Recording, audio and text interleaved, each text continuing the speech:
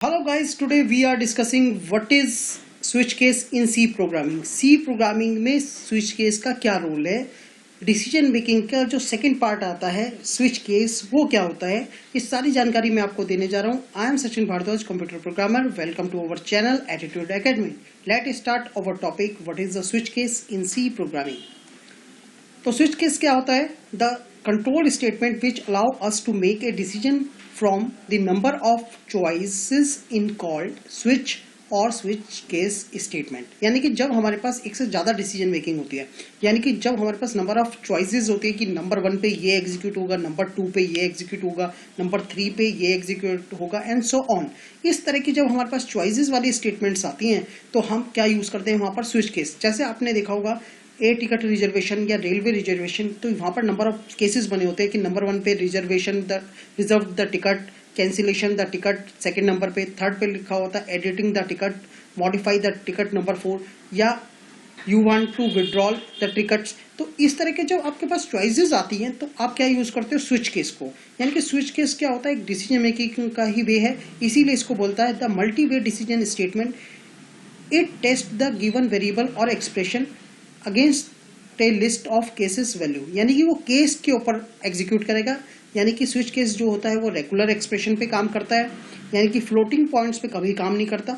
ये भी ध्यान रखना है आपको.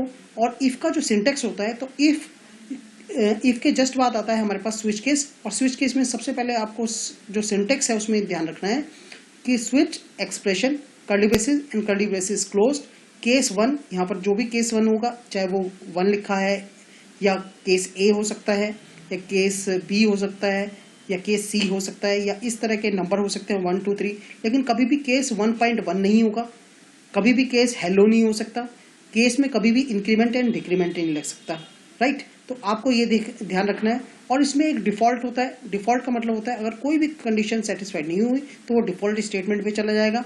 यानी कि एक्सप्रेशन अगर टेस्ट होने के बाद किसी भी केस से मैच नहीं होती तो वो कहाँ पर चला जाता है? डिफ़ॉल्ट पे. तो माय डियर, मैं आपको बता दूँ, default is not necessary in the switch case. ये भी एक रूल्स है कि डिफ़ॉल्ट आप लिखो या नहीं लिखो, ये सिर्फ एक आउटपुट को जनरेट करने के काम आता है. तो default is not necessary in switch statement. Right. तो चलिए आगे बढ़ते हैं इसी में स्विच केस में. तो स्विच केस इफ एल्स का एक एडवांस होता है, ये भी ध्यान रखना है. यानी कि इफ एल्स इफ का एक बेटर ऑप्शन होता है स्विच स्टेटमेंट. यानी कि जब आप नेस्टेड के अंदर नेस्टेड जाते हो तो वहाँ पर थोड़ी सी कॉम्प्लिकेशंस आ जाती है, तो इसलिए स्विच स्टेटमेंट फास्टर होता है इफ एल्स से. ठीक है ना. लेकिन ये भी नहीं कह सकते कि हमेशा होता है. आपको सिर्फ ये देखना है कि कंडीशन बेस्ड क्या है आपका. यानी कि switch statement is the clear and easier to understand. Simple सी बात ही होती है कि इसको अंडरस्टैंड करना आसान है. जो भी एक्सप्रेशन आएगी वो अपने केस से मैट होगी. केस के बाद वो ब्लॉक ऑफ कोड होगा, देन वो ब्रेक हो जाएगा. यानी कि हर एक केस के बाद हमने ब्रेक लगा रखा है कि अगर वो एग्जीक्यूशंस में वाला कॉन्स्टेंट 1 आता है और उसकी सारी स्टेटमेंट एग्जीक्यूट हो जाती है तो वो ब्रेक हो जाएगा. यानी कि उस स्टेटमेंट में से बाहर हो जाएगा. अगर यहाँ पर कंडीशन नंबर 2 आती है तो वो भी इसी तरह से काम करेगा और फिर उसके बाद वो ब्रेक हो जाएगा. यानी कि नंबर ऑफ जो स्टेटमेंट लिखी होती है वो एक केसेस के अंदर लिखी हुई है जिसको हमने ब्लॉक ऑफ कोड बना दिया और ब्रेक से वो रिटर्न हो जाएगा अपने प्रोग्राम्स की तरफ. राइट.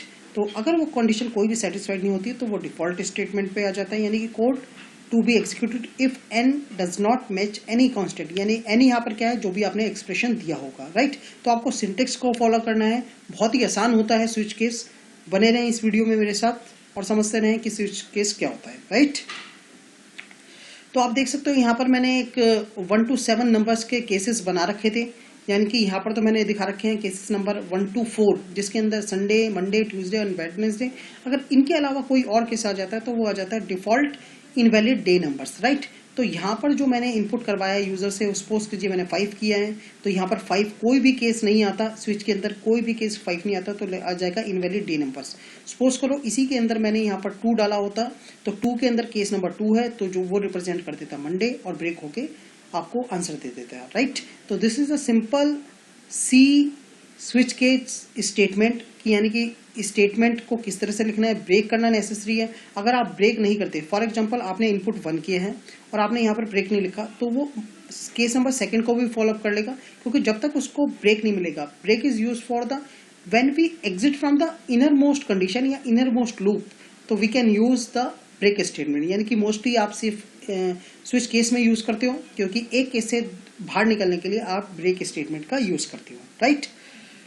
तो इसका मैं आपको एक और डिफरेंस बता देता हूँ सिंपल सा, फिर मैं इसका लाइव आपको इम्प्लीमेंटेशन करके दिखाऊंगा स्विच केस का कि किस तरह से एग्जीक्यूट होता है, राइट। तो इस वीडियो में आप मेरे साथ बने रहें। अब मैं आपको बताने जा रहा हूँ डिफरेंस क्या होता है स्विच में और इफ एल्स में। मोस्टली बच्चे मेरे से पूछते हैं कि सर इफ एल्स इफ और स्विच केस में क्या डिफरेंस होता है। तो आप देख सकते हो कि switch case and if else में क्या डिफरेंस होता है। जो स्विच होता है हमारे पास switch cases, the expression status for the equality only, यानी कि इक्वलिटी को चेक करता है। लेकिन यहाँ पर क्या चेक हो रहा है, इफ एल्स में आप लेस देन और ग्रेटर देन का भी यूज कर सकते हो। Only one value is use to match the against the all cases level, यानी कि यहाँ पर एक ही वैल्यू चेक होती है।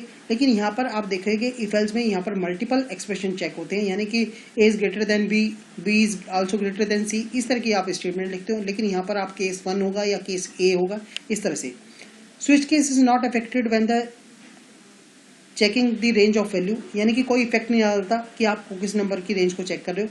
लेकिन ये better option is check ranges, यानी कि आप रेंज के अंदर रख रहे हो। जैसे आप 90 to 80 की एक रेंज रख रहे हो, तो उसके अंदर इफ एल्स बेटर रहता है as compare the switch case. Switch case can not handle the floating point, यानी कि फ्लोट में कभी नहीं हो सकता, यानी कि केस 7.5 कभी नहीं होगा। लेकिन यहाँ पर इफ एल्स में 7.5 आप चेक कर सकते हो, किसी भी वैल्यू से ग्रेटर है, लेस देन है। यहाँ पर एक कांस्टेंट होता है, यानी कि करेक्टर कांस्टेंट को भी ले सकते हो, और इफ एल्स भी करेक्टर कांस्टेंट को यूज कर सकता है, right. Switch case provide a better way to checking a value against a number of constant, लेकिन ये सुटेबल फॉर दिस पर्पस, यानी कि ये सुटेबल नहीं है इफ एल्स जहाँ पर आप एक नंबर चेकिंग कर रहे हो। ये इफ एल्स से बेटर होता है हमारे पास स्विच केस जब नंबर ऑफ केसेस हमारे पास ज्यादा होती है, राइट। तो आई होप आपको ये समझ में आया होगा if else and switch cases.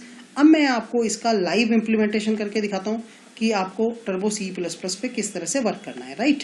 तो आप मेरे पास इस वीडियो में बने रहें और देखते रहें कि किस तरह से मैंने यहाँ पर एक स्विच केस का प्रोग्राम मैं करने जा रहा हूँ। तो सिंपल तरीके से आप देखते रहें, बने रहें इस वीडियो में। सबसे पहले आप यहाँ पर #include conio.h लगा दें, और conio.h लगाते ही फिर आपको पता ही है कि stdio लिखना मस्ट है आपके लिए, क्योंकि ये सारी फंक्शनैलिटी करेगा scanf एंड printf की। मेन से हमने प्रोग्राम को स्टार्ट किया, यहाँ पर सिंपल से हमने यहाँ पर लिखा और यहाँ पर लिख दिया मैंने CLR क्लियर स्क्रीन कर देगा, यानी कि प्रीवियस आउटपुट को रिमूव।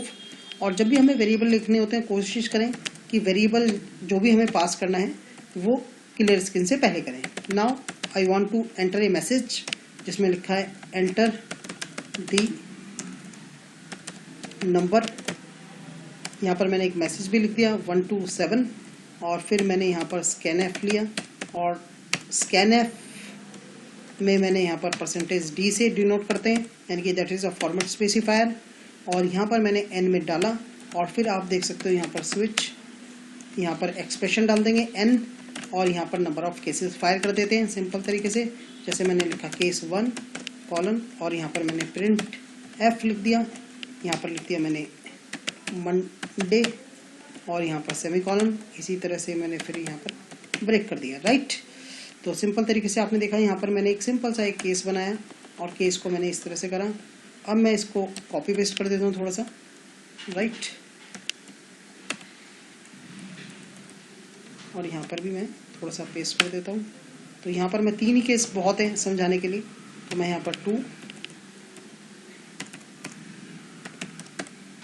ट्यूसडे, और यहाँ पर वेडनेसडे, और यहाँ पर केस नंबर मैं 3 डाल देता हूँ, राइट। तो आप देखिए समझिए मेरे साथ कि इसके अंदर अगर मैं डिफ़ॉल्ट लिखता हूँ तो क्या होता है, और अगर मैं डिफ़ॉल्ट नहीं लिखता हूँ तो मेरे पास यहाँ पर आउटपुट में क्या आएगा, नंबर, राइट। तो सिंपल से मैंने इधर करा है, इधर अब आपको लिखने की रिक्वायरमेंट नहीं है ब्रेक, क्योंकि डिफ़ॉल्ट स्टेटमेंट है, तो आप नहीं लिखने की रिक्वायरमेंट, राइट। तो इस प्रोग्राम को अब चलाते हैं हम सिंपल तरीके से, तो कोई एरर नहीं है, सिंपल तरीके से हमने चलाया। तो अब मैंने इसके अंदर डाल दिया, सपोज करो 5, क्योंकि 5 नाम का मैंने कोई केसेस नहीं बना रखा था, तो this is the invalid day numbers. अब मैं इसके अंदर नंबर डालने जा रहा हूँ नंबर 2, तो आप देख सकते हो ट्यूसडे आ चुका है। आपको 7 केस बना सकते हो इसके अंदर। फिर अगर मैंने इसके अंदर -10 डाल देता हूँ तो वो भी देखिए क्या आता है, इनवैलिड डे नंबर, क्योंकि वो भी केस नहीं मिल रहा है यहाँ पर, राइट। तो इस तरह से आप केसेस बना सकते हो और केसेस के थ्रू वो फॉलोअप कर सकते हो। और अगर आपने इधर ब्रेक नहीं लगाया, फॉर एग्जांपल मैं 2 के इधर से ब्रेक हटा देता हूँ और फिर इस प्रोग्राम को करते हैं, और फिर मैंने यहाँ पर चूज़ करा 2, तो देखिए आप यहाँ पर जो 2 था वो भी प्रिंट होगा और 3 भी प्रिंट होगा, राइट। तो यहाँ पर ट्यूसडे और वेडनेसडे दोनों आ रहे हैं, क्योंकि ब्रेक ही स्टेटमेंट होता है जो लूप से यानी कि इनर मोस्ट कंडीशन से बाहर आ जाता है, राइट। तो स्विच केस में ब्रेक का बहुत बड़ा रोल है। अब मैं आपको बताने जा रहा था कि अगर मैंने डिफ़ॉल्ट नहीं लिखा तो क्या होगा। इसको थोड़ा सा कमेंट बना देते हैं और फिर इसको भी चलाते हैं हम प्रोग्रामिंग में, और इसको चलाने के बाद इसका आउटपुट देखते हैं क्या आता है। और मैंने यहाँ पर डाल दिया है अब 9, तो आप देख सकते हो कोई आउटपुट नहीं जनरेट हो रहा। तो यानी कि हमारे पास आउटपुट को जनरेट करने के लिए we can use the default. तो आप ये ना सोचें कि डिफ़ॉल्ट नहीं लिखा तो आपका प्रोग्राम गलत हो जाएगा। तो default is not mandatory in the switch case, right. तो इसी तरह से आप केसेस बना सकते हो और भी बहुत सारे। जैसे आपको करेक्टर में लेना है कोई भी वैल्यू, तो आप इधर कैर n लिख सकते हो, राइट। और कैर n लिखोगे तो यहाँ पर आपने n लिखा हुआ है, तो n सॉरी यहाँ पर %c और %c कर दिया, तो यहाँ पर अब करेक्टर a होगा। सपोज करो a पे मैंने मंडे लिख रखा है, सॉरी m पे मैंने मंडे लिख रखा है, और टी पे मैंने ट्यूसडे लिखा हुआ है, और डब्ल्यू पे मैंने सिंगल कोट्स में डब्ल्यू, और उस पर मेरे पास ये बना जाएगा, राइट। तो इसको भी चला के देखते हैं इस तरह से। अगर आपको करेक्टर में देना है तो आप करेक्टर में इस तरह से दे सकते हैं कोई भी नंबर्स, और यहाँ पर एंटर दी करेक्टर एक मैसेज लिख सकते हैं, एंटर द करेक्टर। तो इसको भी चला के देखते हैं। तो यहाँ पर मैंने डाल दिया m। ध्यान रखना यहाँ पर कैपिटल और लोअर में जब भी आपको करना होगा तो इस तरह से आप देख सकते हो मंडे। सपोज करो अगर मैंने इस प्रोग्राम को चलाया और मैंने यहाँ पर स्मॉल m डाल दिया तो वो इनवैलिड पे चला जाएगा, राइट। तो इस तरह से आपको देखना है। अगर आपको दोनों केसेस फॉलोअप करवाने हैं तो आप यहाँ पर ये भी लिख सकते हो केस सिंगल कोट्स में m कैपिटल में। तो इस तरह से भी आप लगा सकते हो कि स्मॉल में लिखना है तो आप स्मॉल में भी लिख सकते हो और इस प्रोग्राम को एग्जीक्यूट कर सकते हो। तो अब मैंने स्मॉल में करा तो भी मेरे पास आ जाएगा मंडे, और अगर मैं इसको कैपिटल में करता हूँ तो भी मेरे पास मंडे ही आएगा, राइट। तो इस तरह से आपको पता लग गया होगा कि केसेस इस तरह से भी आप बना सकते हो, लेकिन इसके अंदर कभी भी इंक्रीमेंट और डिक्रीमेंट नहीं चलेगा। यानी कि केस 7.5 नहीं चल सकता, यानी कि फ्लोटिंग में नहीं चल सकता, और m++ या i++ इस तरह का भी केसेस नहीं चल पाएगा, राइट। आई होप आपको ये वीडियो अच्छा लगा होगा। इसे लाइक करें, शेयर करें, चैनल को सब्सक्राइब करें, साथ ही बेल आइकन को प्रेस करना ना भूलें ताकि आने वाली नोटिफिकेशन आपको टाइम टू टाइम मिलती रहे। Thank you so much, bye bye.